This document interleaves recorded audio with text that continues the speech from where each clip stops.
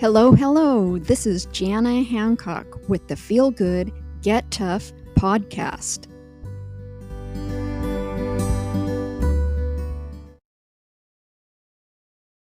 Last week, I talked about creating new habits. At the end of today's episode, I'm going to be giving away something free to every listener on this podcast. So make sure you listen to the end so that you know how you can get your free gift. Today, I thought I would talk about financial health. Right now, we are in some challenging times economically. With this global pandemic, it's obvious that this has affected our worldwide economy. And according to my friend Steve Siebold, financial illiteracy is the number one economic crisis in the world. For most people, this is not normal. Obviously, we've got some parents have kids at home and we're adjusting. Many people have been laid off. Many businesses have closed because of this.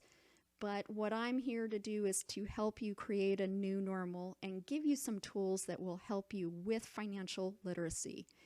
As a licensed life and health insurance agent, I have sat down with many clients in their homes to review policies, and many of them did not know where all of their money was going to each month. But today, I am not here to give you advice on where to invest your money or how to spend your money, but I am here to introduce some principles that will help you to keep more of the money you do have. This is a simple habit that will only take 5 minutes a day. And this will help you to avoid unnecessary debt. You will make a list of assets and liabilities. An asset is the money coming into the home, like your paycheck. And the liability is the money you have going out of the home. It's anything you owe money on. This includes debts like auto loans, student loans, credit card debt. All of these are liabilities.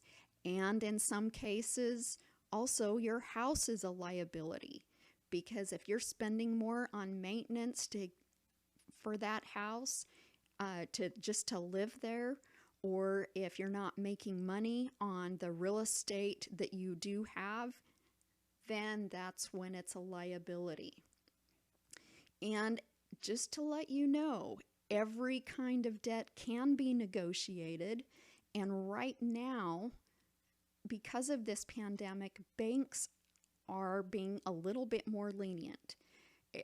They're allowing you many times to skip a payment if necessary. But what I would do is contact the lender and ask for a lower interest rate or refinance at a lower rate. Or, if you are going to need to miss a payment, let them know in advance so that they can help you, because there are more tools out there available if you know something is going to come up. And then in this case, you need to definitely spend less money than what you have coming in. So that means live within your means.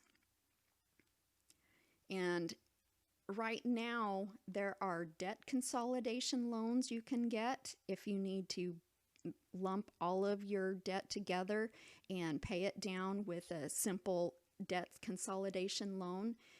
But for some people, their credit scores is not good enough to get a debt consolidation loan. But there are ways to check. There are free websites that allow you to see what your credit scores are for free. And you can monitor these. I'm going to tell you of 2 sites that you can get your credit scores. Between the 2 of them, you'll get your credit score from all 3 credit bureaus. So Credit Karma. I will place a link at the end of this podcast so that you can see where to go. Credit Karma is free. You can see credit scores from 2 credit bureaus on that one. The other one is nav.com, NAV.com.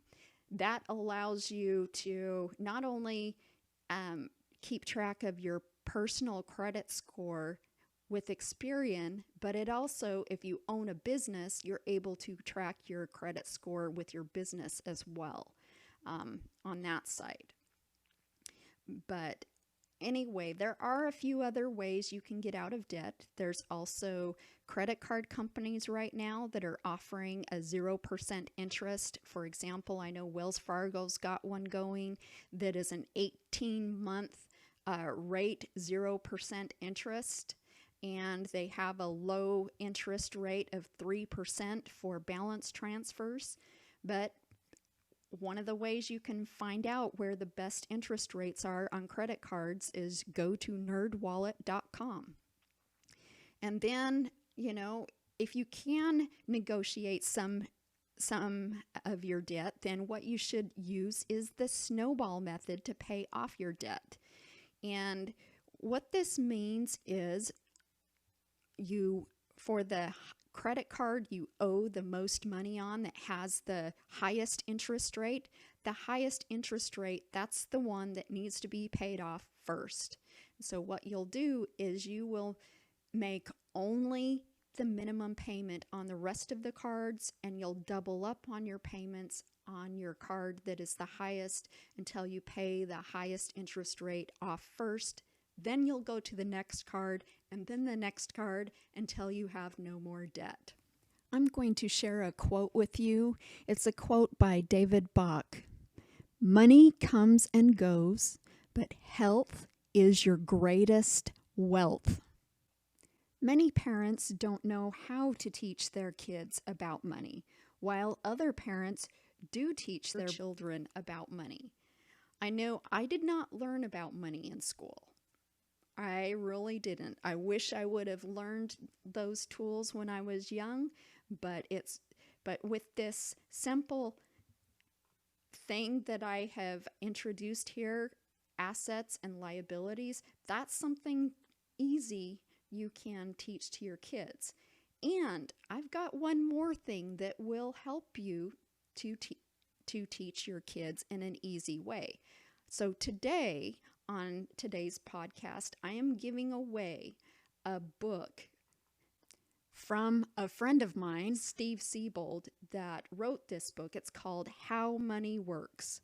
And in this book, there's color illustrated pictures that make it easy to understand. And this is one way you can teach it to your kids. And I hope that you will make a consistent habit to be in a great financial health. And this is a habit that only takes 5 minutes a day. And so here's how you'll get the free gift. So what you'll do is you'll send an email to feelgoodandgettough@gmail.com with your name and address, and in the subject line, write financial health. And everyone in this podcast will automatically receive a book in the mail once you give us that information. And for more information about today's podcast, you can also visit feelgoodandgettough.wordpress.com. You can also go to anchor.fm/feelgoodandgettough.